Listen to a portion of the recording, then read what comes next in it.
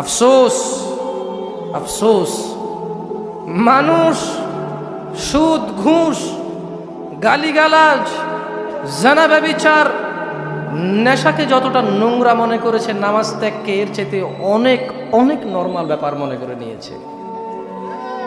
আফসোস লাগে তখন যখন দেখি মুসলিম সমাজে মুসলিমের সামনে বক্তব্য দিতে এসে এই এলাকার জুমা মসজিদগুলো ফুল হয়ে যায়, আসরের সময় খালি দেখা যায়।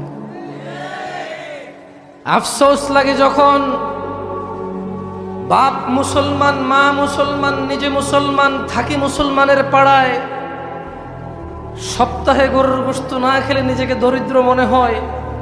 মুসলমান হিসেবে গরু খাওয়া হালাল, শুকর খাওয়া হারাম, এতটুকু বুঝি। নামাজ ত্যাগ করলে ইসলাম ওই ব্যক্তির মধ্যে থাকে না, ও ব্যক্তি মুনাফিকের